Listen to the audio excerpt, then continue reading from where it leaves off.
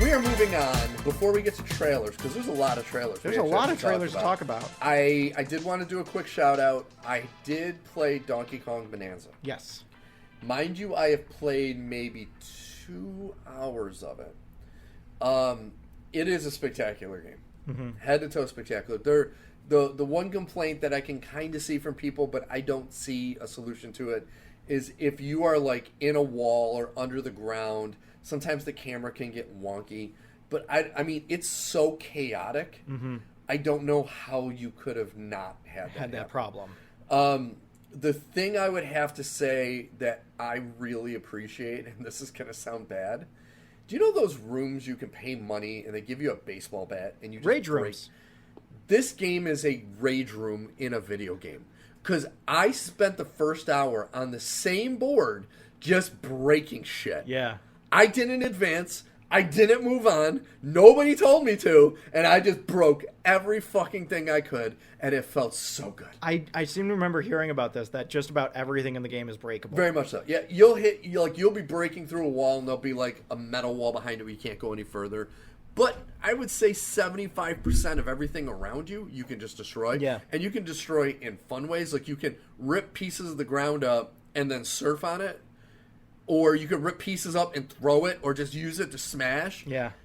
And just running around beating the shit out of the walls was so therapeutic. Yeah. And I love it. And I like, honestly, I don't even know if I'll ever finish this game. Cause I'm just going to spend my time just beating up shit.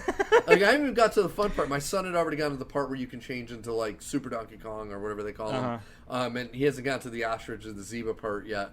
But, like, the other parts of this game I'm hearing are just spectacular, and I can't wait to get to them.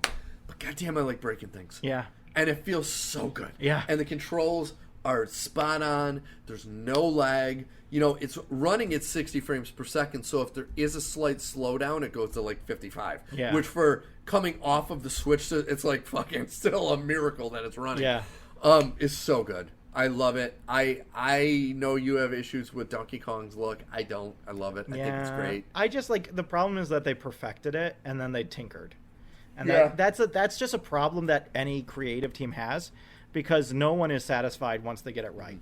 And so you always have to take it back and tinker with it. But I can see why they tinkered it, because I can see why they made the change in the Mario movie, because this Donkey Kong with the eyes and everything, I think looks better on film. Mm-hmm. So I can see why they're doing it still, especially with them saying there's going to be a Donkey Kong movie in the next couple of years. They're also looking at marketing the character. Exactly. They want to have, in the way that they had perfected it in 64, they want a unified front. Exactly. Of like, this is what Donkey Kong looks like now, and he's going to look this way in the movies, in the games, in the other games, in the third games, in the TV show, in the movie, the spin-off series, everything. You got it. And I think I can see that's why they did it. And it's so good. I can't even stress how fucking great it is. And I'm psyched. This week is supposed to be a Nintendo Direct, so I'm very excited to hear like plans for future games and what's coming out, because, you know, it's a new system. And I gotta say, for people that have the complaint on the Switch 2 about, oh, well, there's not enough games, look at Xbox and PlayStation. How many fucking first-party games have come out in the last, 5 years now the systems have been out, where they had a new Mario Kart and a new big time Donkey Kong game in the first month. Yeah. So quit fucking whining. There's a bunch of shit to play. Play your old fucking games for now. There's gonna be more shit coming out. Go back to the GameCube.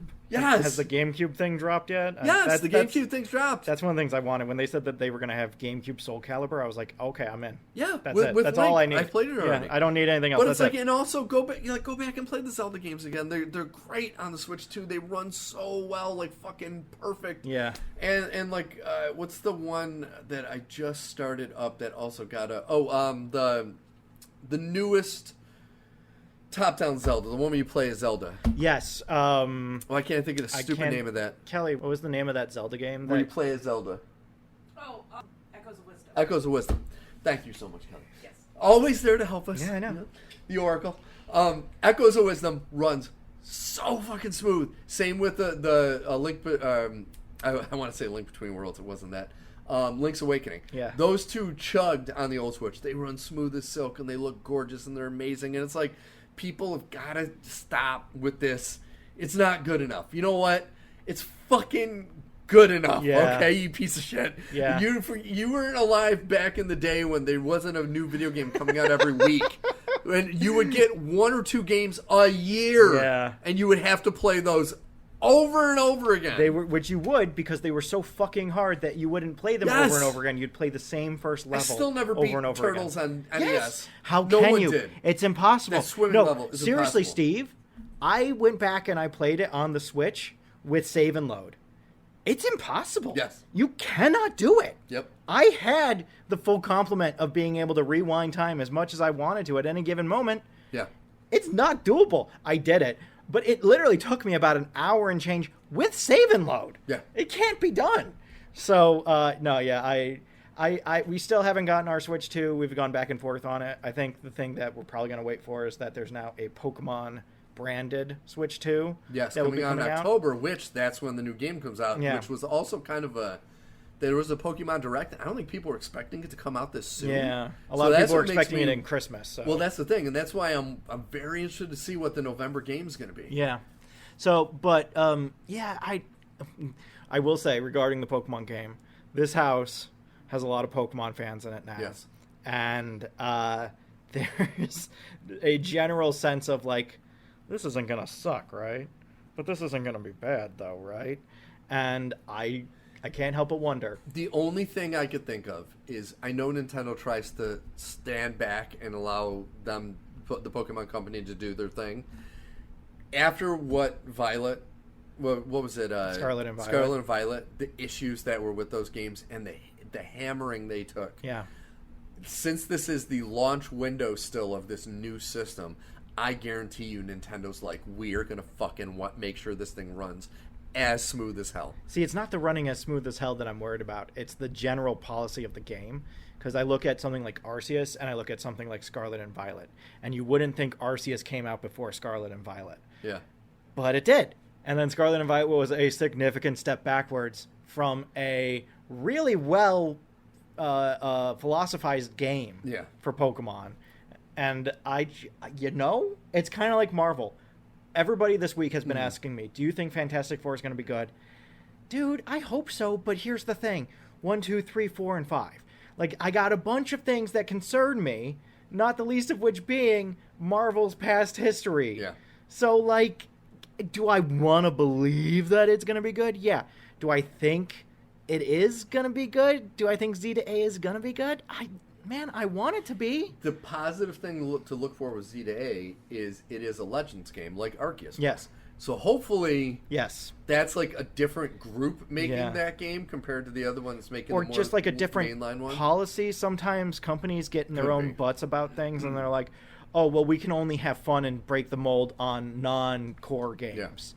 Anything that's a core game has to have the exact same mechanic every time. So we can only go out and be exploratory and have fun when it's not a core game." So in that regard, maybe I think Nintendo, they know that this is their opportunity, quite literally on a gaming aspect, to put the death nail not only in Xbox, but in some way PlayStation. Because Nintendo, you got to give them this. They never fell victim to, our system is going to be for streaming video and for playing DVDs and doing this. They were like, we're going to make a video game machine for fucking video games. Yeah. And the Switch proved that they could do it really well. I know there were a lot of glitches, but man, that gaming library is fucking fire on that system. It is. And so far, if they can nail a new Mario Kart, a mainline Donkey Kong, a mainline Metroid, a mainline Pokemon, and then whoever knows whatever the November game is in the same fucking year, that is insane. And not only, it's half a year. It came out in June 1st. Yeah. So this is half a year to have those bangers on top of whatever third-party games come out. Fuck, Madden's going to be coming out for it in a month. It's like... I will say, don't get your hopes up for Madden on Switch. I'm hoping they do...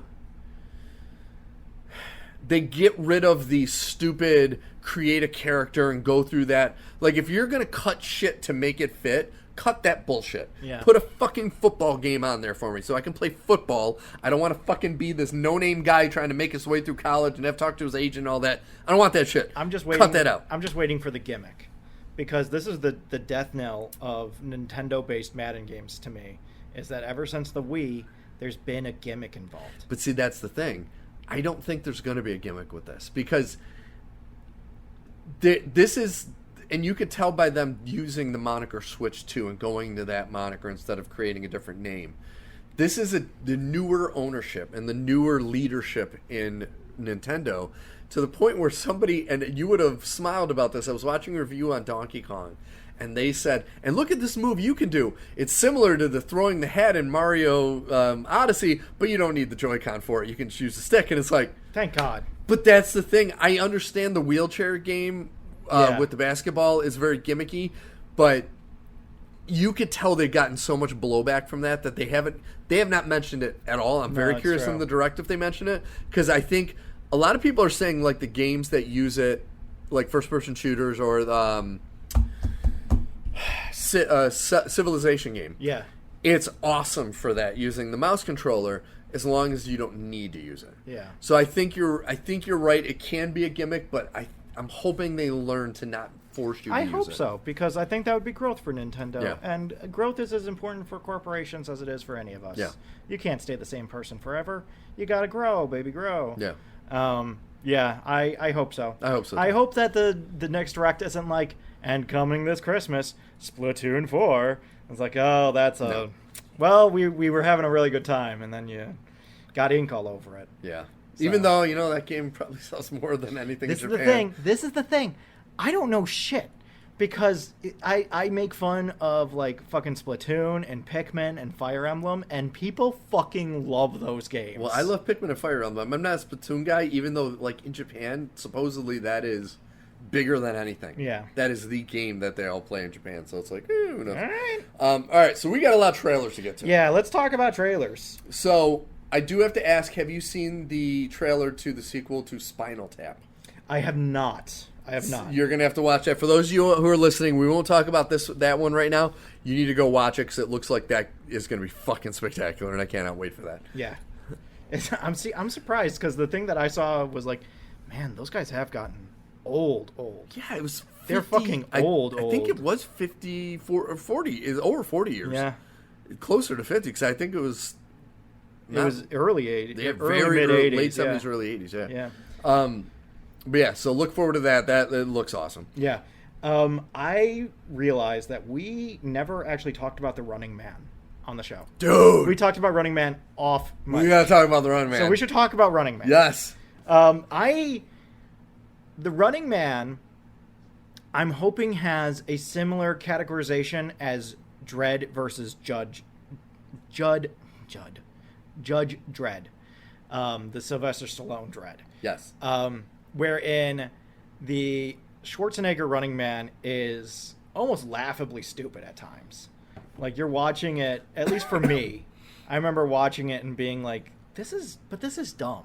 Like, I've seen this done in Death Race and other things, and it's way better. And this is just kind of dumb. It's definitely a movie of its time. Yes. But, like, having everybody, like, the American Gladiators WrestleMania aspect of it. Yes. I was like, this is... But you got to remember, when that movie came out, American Gladiators was fire. That was the #1 late night show on Saturdays. Yeah. So. But this new updated Running Man looks really good. Dude. And it's directed by... Edgar Wright. The king of the trope. Yes. Who better to direct a trope-heavy pastiche on action films than Edgar Wright? This trailer looks so good. This looks really fucking good. This movie looks so fucking good. It's got my mom's favorite actor, Glenn Powell, in it. Which, the funny thing about Glenn Powell is, for those of you who have listened to the show, I have actors in my life, your Channing Tatums, your Brad Pitts, who were the pretty boy actors, and then they do that movie. Yeah. That changes. And you're like, oh, okay, they're a great actor. Yeah. For me, Channing Tatum was 21 Jump Street, Brad Pitt, I think it was 7. Seven is like, he doesn't look like the pretty boy. Yeah, during Seven. No. Like Pattinson when he did The Lighthouse, it's like, oh, okay, I'm starting to see these now. This could be my Glenn Powell moment. Yeah. Because he has been like he's the cute guy and he's in the fun movies. But he's like, dude, he's fucking looks awesome in this movie. That scene at the end of the trailer where he gets up out of the puddle, and he's like, "I'm not dead, motherfuckers!" Shit eaters, and he flicks out the camera. Like, fucking looks awesome. This could be great. And Coleman Domingo. I love Coleman Domingo. So fucking good. God, I love Coleman Domingo. Oh my God, he looks so good. I can't get over how incredible he looks in this movie. I want to see this movie for him. And then I also want to see it because it's Edgar Wright. And then I also want to see it because Glenn Powell looks like a genuine ball. The moment where he grabs the taser by the business end. Yeah. And he's just holding it. It's just like, damn, son. Dude. That's fucking It's dope. so fucking good. That's fucking dope. This movie, Michael Cera, Lee Pace, Josh Brolin, William H. Macy, Sean Hayes, David Zayas, who, for those of you who don't remember him, he was the cop sidekick in Dexter. Yes. And so it's like, dude, this is a great cast. Yeah. And oh my God, the action looks so good, and it looks gritty and real and awesome. It just looks great, and it then looks fun. And then you see Edgar Wright's name, and you're like, oh, so it is gonna be good. It's gonna be so fucking good. It's not just that it looks fun; it is going to be fun. And I know we had our talk about the Cornetto trilogy not long ago, and remember thinking to myself, man, he hasn't really done anything in a while. And then this pops up. You're like, so that's what you've been up to. Okay, all right. I'm so excited. I am beyond excited. Other things I'm excited for, Mortal Kombat 2. Dude. My only question is, so why did we have that first movie? Which isn't to say we shouldn't have had the first movie, but just to say, why didn't we start here? True. Once again, I know. When was the last time we saw the first movie? I would say about a year and a half ago. Okay, I would go back and rewatch it. It's aged better for me. Yeah. And I kind of like it as a start-off point now because you're not introducing all the other side characters. Yeah. You're just, this is all about Johnny Cage. Yeah. And everyone else shows up, but it's fucking Carl Urban's show, dude. So there's like 6 things I love about this. Anybody who has seen the Mortal Kombat animated movies where Johnny Cage is voiced by Joel McHale. Yeah. First off, it's fucking great. But it is this. Right down to the fact that his first fight is with Baraka. Yeah. It's like, okay, great. Fucking do it. Dude. That's what I love. Rip the thing that I love off. That's awesome. And then it's Carl Urban. And he has the right haircut, so we know it's science fiction. Yes. Dude, this might be incredible. I'm really excited for this. Can I tell you, when I showed my son this trailer, yeah, he has been excited about movies before. He lost his mind. He's like, that looks amazing! And just like went crazy. I'm like, yeah, it looks great. And I still don't know how I'm going to be able to the moment get him in, when Kano is like, you don't have any bloody powers. And he's like, I'm a movie star! Yes. Dude. This might be fucking great. It looks fucking incredible. And they brought, they got a lot of the heavy hitters back. Yes. And once again, we knew that the bad guys at least we're probably going to be revived. And they're obviously revived because Kano's back. And you're like, okay. They're setting up a face down where Johnny Cage is going to have to fight. Is it Shao Kahn is the big boy? I think so. At the end? Or is it... the actual Emperor. Yes. Yeah, the actual Emperor. And I can never remember who is the lieutenant and who's the Emperor. And Shao Kahn's the Emperor. And yeah. What's his nuts? Soul Eater Man is the lieutenant. God, why is my brain... Yeah. I also am blanking. I've seen all the movies. Like, I cannot remember. Shang-Chi? It sounds like that, but it's not. That's Marvel. Yeah, that is Marvel. But anyway, I'm so fucking pumped for this. I love the feel of all of it. I immediately have questions about why Johnny Cage is being roped into this, but I'm so excited to see what the answers are. I love the scene where Shang Tsung. I was close. You were very close. The scene where he's like, I don't have Transformer arms. It's just like, this might be really fun. Dude, I think it's going to be fun. I think this is going to be really fun. This isn't necessarily going to be like deep lore heavy. Yeah. But also it kind of shouldn't be. I'm telling you, the part that nailed me is, man, they got Raiden's costume perfect. Yes. When he shows up and he's got the picture perfect outfit, I was like, oh! And then on top amazing. of it, they're still teasing this Scorpion... I almost said Ice Feast. Sub-Zero. Sub-Zero. Yeah. Where it's like, and there's also going to be a whole Sub-Zero Scorpion fight thing awesome. going on. So awesome. Is this going to be Sub-Zero? Is it going to be Sub-Zero's brother, who's the good Sub-Zero? I don't know. I don't know. Who knows? But dude, it's going to be. You're not interesting. joking. This movie looks so good.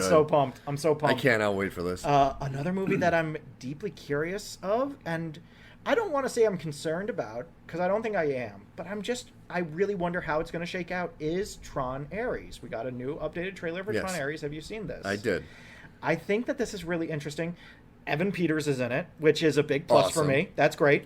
I like the scene they showed, that because I know he's only in it for a little bit of time, the Jeff Bridges scene. Yes. Which is awesome. So Jeff Bridges is here, which means we have credibility, which is important.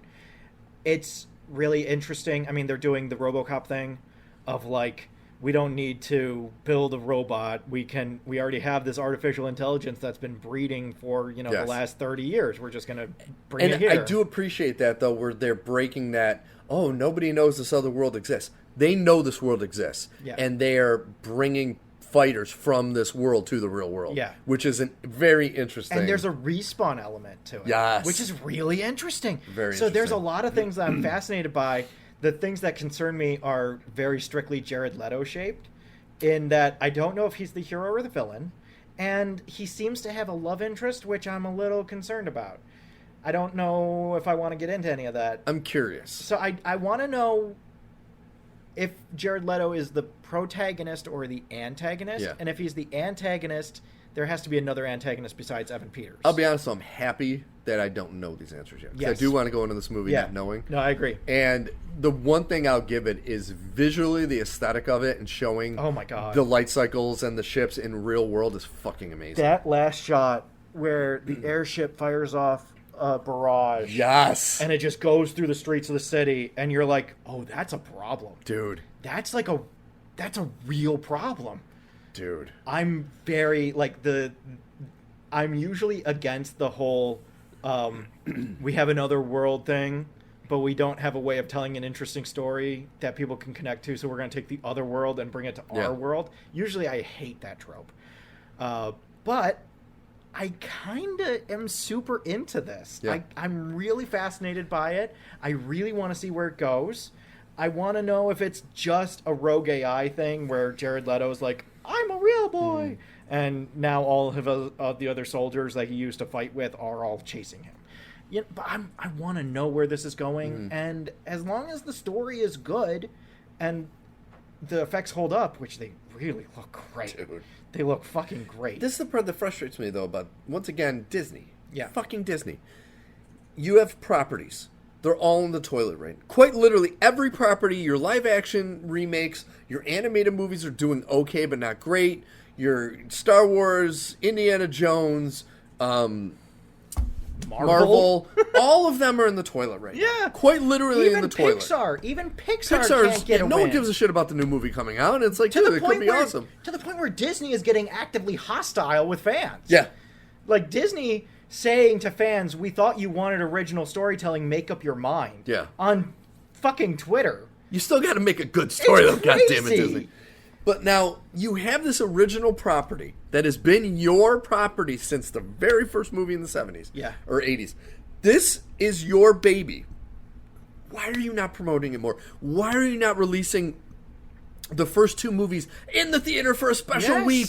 Redoing, once again, I know I harked on this, redo the de-aging in the second one. God. It'll take you a week to go in there and redo the de-aging. Just make it better. Because that movie is so fucking good, and I watched it again recently. Oh my god, it is Tron great. Legacy is a quiet, amazing movie. Oh, absolutely. Yeah, I fucking love that so movie. good, dude. It's like, if you need a reason to watch the movie, watch it because the soundtrack is fucking dope because it's Daft Punk. Yeah. Okay, you need more reasons to watch it? Here's all the fight scenes. Here's Michael Sheen being a fucking weirdo. Dude, Here's awesome. Olivia Wilde being kind of a weirdo too. Here's Jeff Bridges playing 3 different roles. Well, and this is quite literally, here's Olivia Wilde. This is her first fucking thing she ever really did. And everyone's like, oh, who is that? Who's this? Yeah. The movie started her career. Yeah, no, I love Tron Legacy. But why are they not promoting it? They You never even do. have your number one ride in your main theme park is the Tron Legacy ride in the World of Tomorrow. Yeah. I have my fucking my Flynn t-shirt from it. And you're not promoting this shit. No, Promote the fuck out of it. This is your thing. There seems to be this is from, I'm purely speculating, but there seems to be, in my experience, this general sense of a self-fulfilling prophecy with Tron, where Disney goes out and makes a Tron product, and a handful of people get really excited, but it doesn't create the kind of buzz that Disney wants, and they're like, nobody cares about Tron.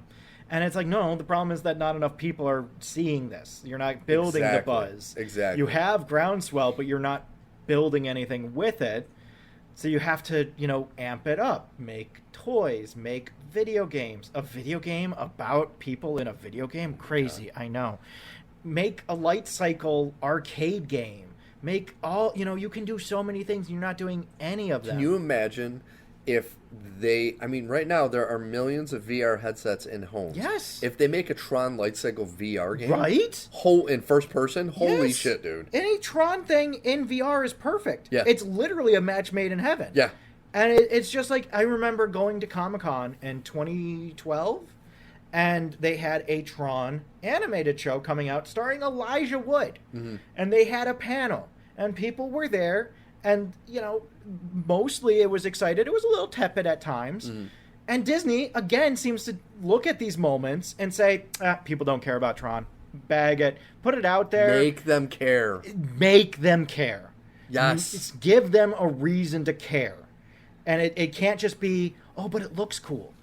Yes, but why else? Yes. Why else should I care? I mean, they spent so much trying to push Snow White. Yeah. When from the start, it was obvious it wasn't going to succeed. It was a massive clusterfuck, and they kept pouring money into it. How are they not doing that with us? You have Jared Leto, who is an Oscar winner. Yeah. You have Jeff Bridges. You have Evan Peters. You have big names in this fucking movie. It's like, I know the last thing that Leto did was Morbius, which was a laughingstock, but prior to that was Blade Runner 2049, Dallas Buyer Club is Oscar winning. He is still a name. There were a handful of really big moments for Jared Leto there, where I remember when 2049 came out, and there was just this kind of is Jared Leto going to start playing villains? Because he'd be a really good villain. Dude, he was so fucking good. And then, no, he's going to go back to playing milquetoast heroes who are kind of terrible.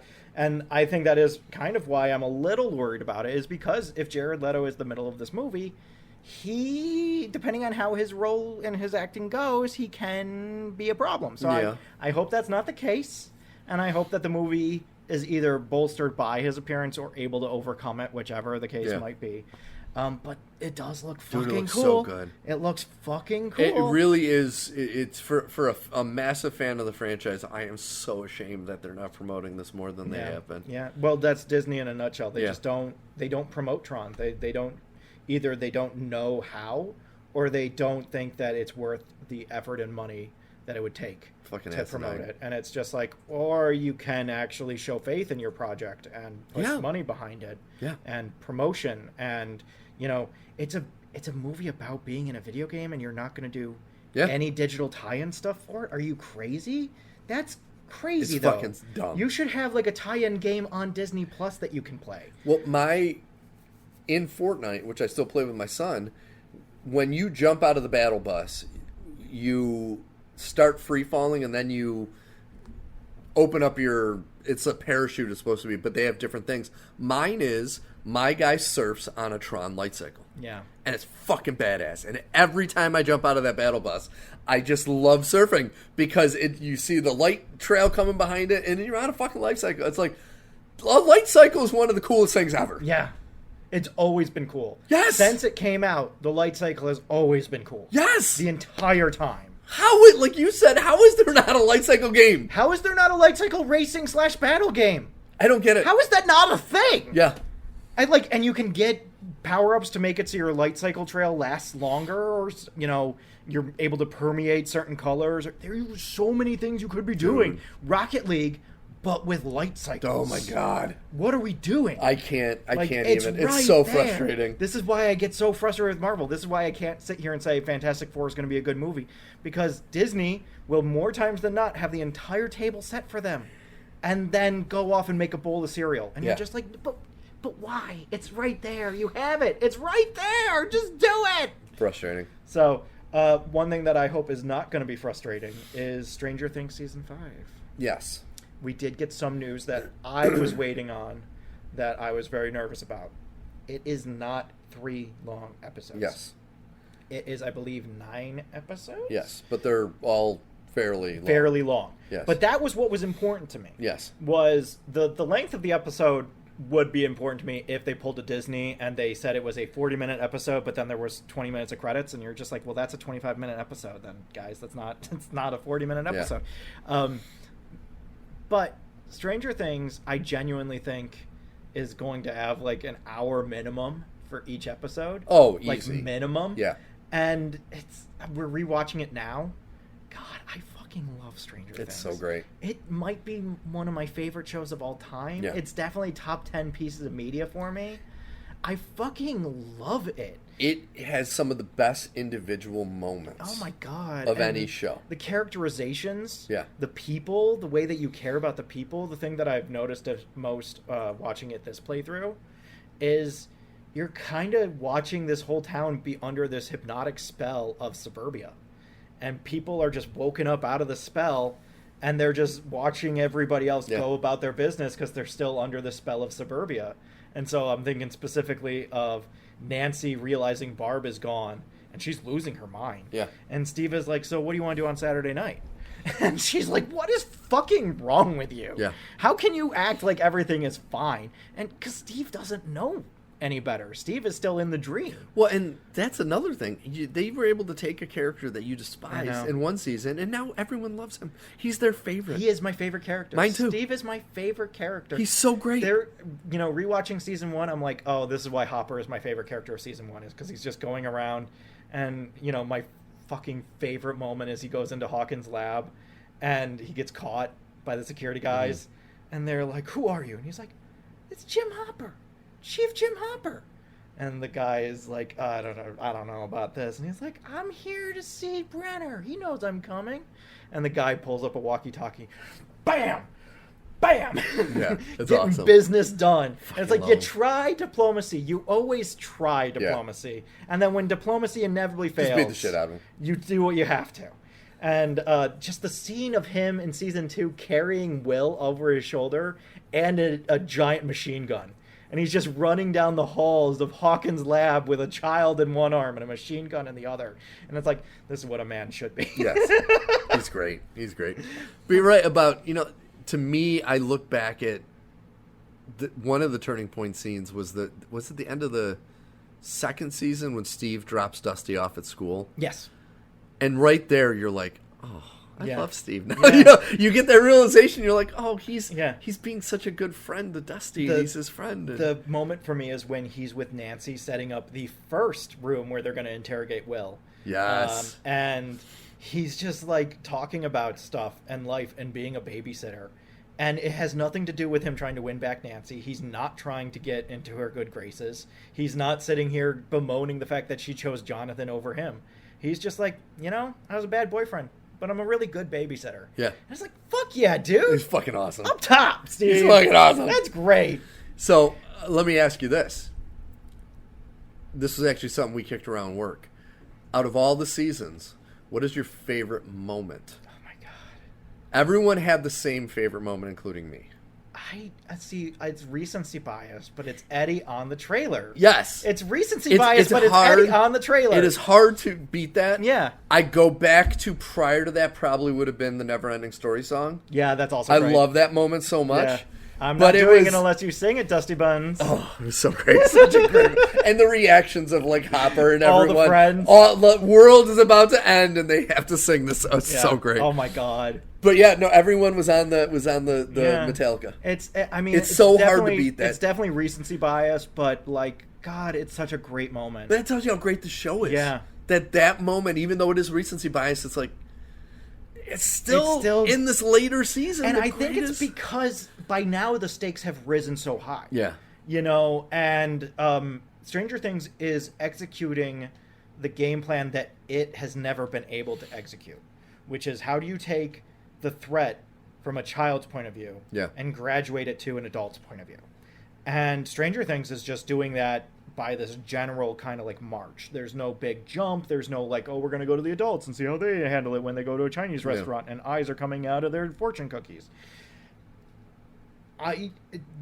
one of the biggest things about that moment is what it means for Eddie. Yeah.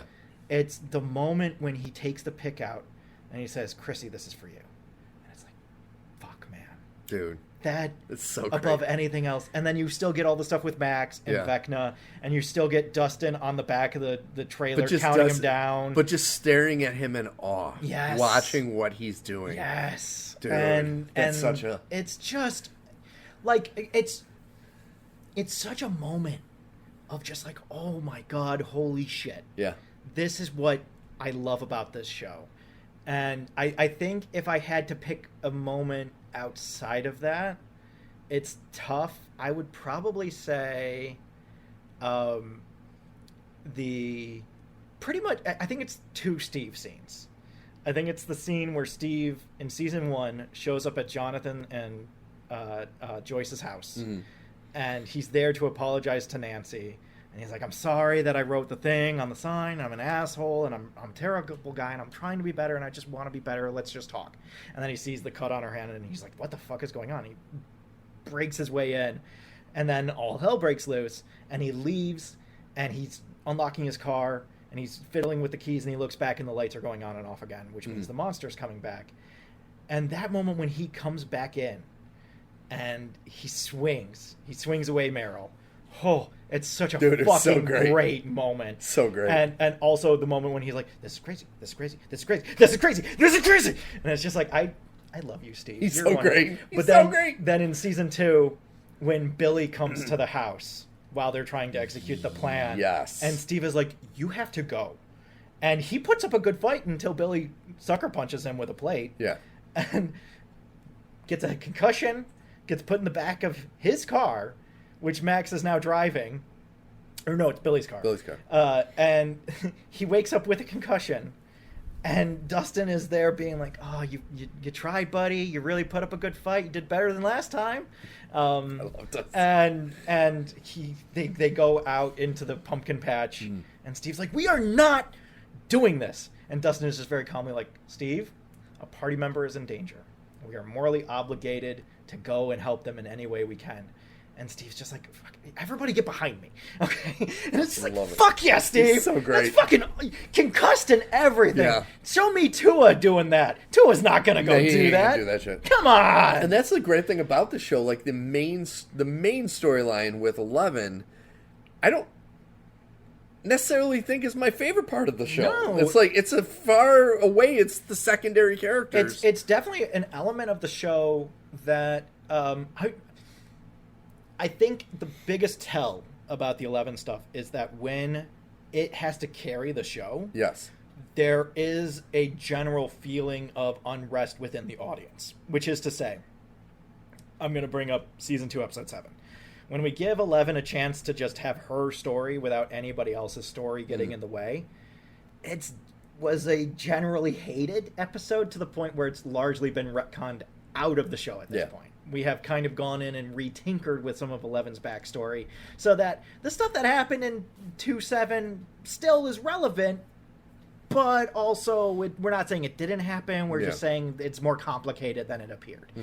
And I kind of felt that way in season 4 when they brought her to the desert. I was like, we better have other stuff going on because if this just becomes 11 in the desert, we're going to have the same problem. And I think it's largely because 11 is a hard character to emotionally connect to purposefully. That's the way 11 is written.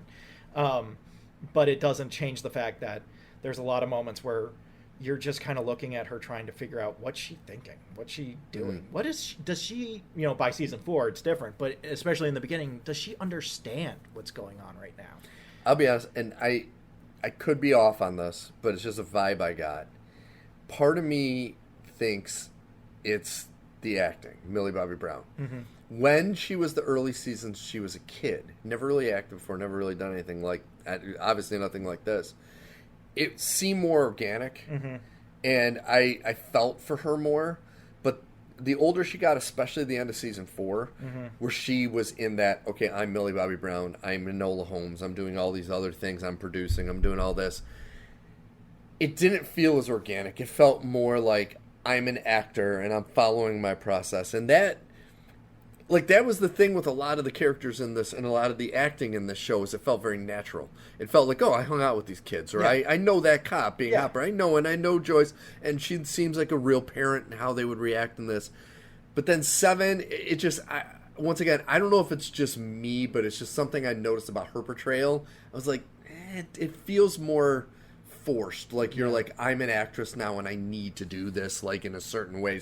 Stavslavsky and all this. And it's like, I don't know. I mean, maybe it was just I didn't really vibe with her storyline that last season. Yeah, but I think that's a big part of it, is that there is elements of 11's storyline that are straight up cringy in the 4th season, to the point of just like, I'm going to skip this scene.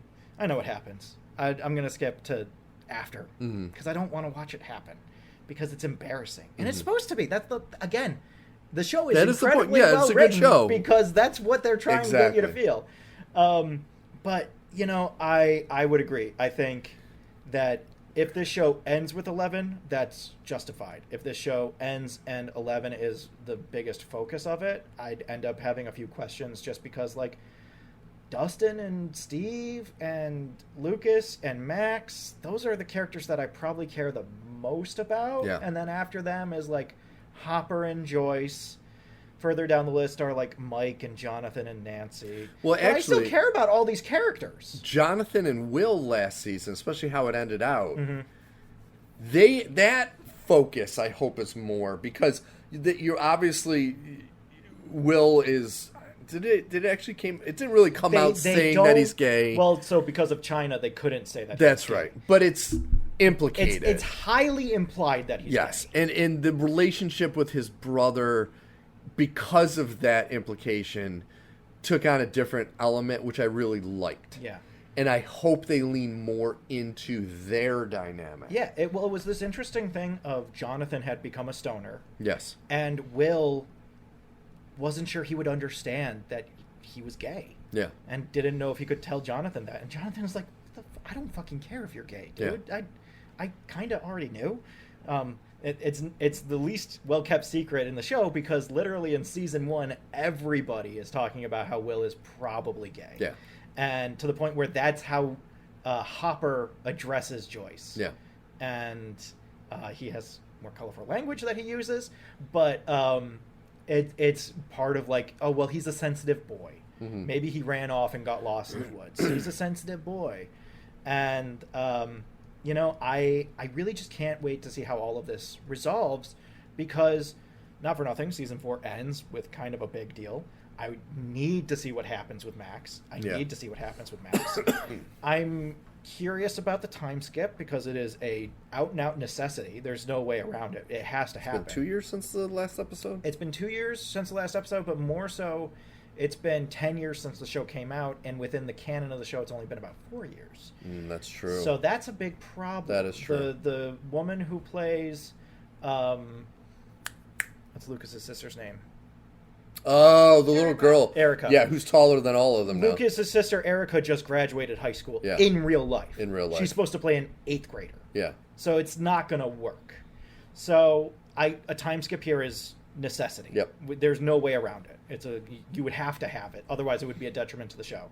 So I wonder how they're going to navigate that. Yeah. I wonder how they're going to navigate new characters. I really wonder. There's this, like, rumor, this kind of hopeful rumor on the internet that some of the beloved characters of the past that have gotten the Stranger Things treatment are going to be brought back as kind of like relics or ghosts of things that have happened. Well, Eddie definitely, especially now that he's the Human Torch. He's kind of the flavor of the week lately. He's the new Pedro Pascal. He's going in everything. But I want to see Bob. I want to see if Bob comes back. Dude, Bob is still... He's one of my favorite characters I love ever. Bob. Sean Astin as Bob was so good. That moment where Hopper, they're in the closet and they're trying to figure out how they're going to get to the door, and Dr. Owens is like, well, even if we get to the door, the problem is that everything is locked and the computers are down. And Hopper's like, okay, so tell me how to get the computers up. And Bob is like, you can't. There's no way. And he's like, teach me what I need to know. And Bob's like, should I teach you some French? You want to learn some German too? No, there's no way for me to teach you basic enough for you to be able to do this. Yeah. I have to do it. And there's no complaining. There's no like, oh, this isn't what I wanted my life to be. He just takes the moment and says, I'm the only one that can handle this. I have to go and do it. Yeah. I have to eat my fear and my concern and my need for self-preservation and just go and do this thing. And God, that's not a fucking hero. Dude, I don't know what is. He was such a great character arc. Oh, man. Oh, heartbreaking. I can't wait. Yes, can't wait either. Do you want to take 15 minutes and we'll talk about the Phoenician scheme? What time are we at right now? We're at 1:45. I think we should end it. You want to end here? I think we should end All right. it. We'll come back to Phoenician. Yeah, because I have a lot to talk about with Phoenician. It was a tough one. Yeah. I'm not going to lie to you. There was... me and Kelly talked for about 20 minutes after. It grew on me throughout watching it. There were parts that I really loved, and then there were also parts that I just was grappling with. Yeah. And not in like a fun asteroid city, like what the fuck is going on? Yeah. But in a, is this going anywhere? And you know, so we'll get back to it. We'll talk next week, folks. We'll talk about the Phoenician scheme. But we really hope you enjoyed this. Let's call, using our 80s terms since we were talking about my childhood, this was a very special episode. This was a very special episode. Nerdpod Generations. Yes. Nerdpod Generations. We even took the audience aside at the beginning of the episode and said, hey guys, yes. I know this isn't what you really come here for, but we're all just going to get together really quick and have a very special episode about the rise of fascism in America. Yeah. But for those of you listening, thank you for letting us get it off our chests. Yes. It's something we have been wanting to do for a long time, and we kind of got pushed into it this week. Well, we really didn't have a choice, did we? Yeah, we didn't have a choice. We had to speak up for good and bad, just like we do with our entertainment, good and bad. Yeah, believe me, I want to stay in my lane. You're making me get out of my lane. Exactamundo. So once again, Nerdpod Generations episode 167 is in the books. If you like what you heard, please go to nerdpodgen.com, and there are links to everything going on in our little world, including YouTube, Spotify, Apple Podcasts, little links to our separate projects and whatnot. Not the whatnot side. I gotta stop saying whatnot. I didn't even think about it until you said that. I know. So anyways, Al, who does our artwork and music? Our art is by Kortney Howell. Our music is by Brendan Williams and James Connolly. I am Alfred Judson. And I'm Steve Taylor. And until next week, friends and enemies, I guess stay safe out there. Yeah. Try and do what you can every your step best. of the way. Be a hero where you can. Stand up for others. And remember, be excellent to each other. In the words of the Penguins. Smile and wave, boys. Yeah. Smile and wave. Have a good week, friends and enemies.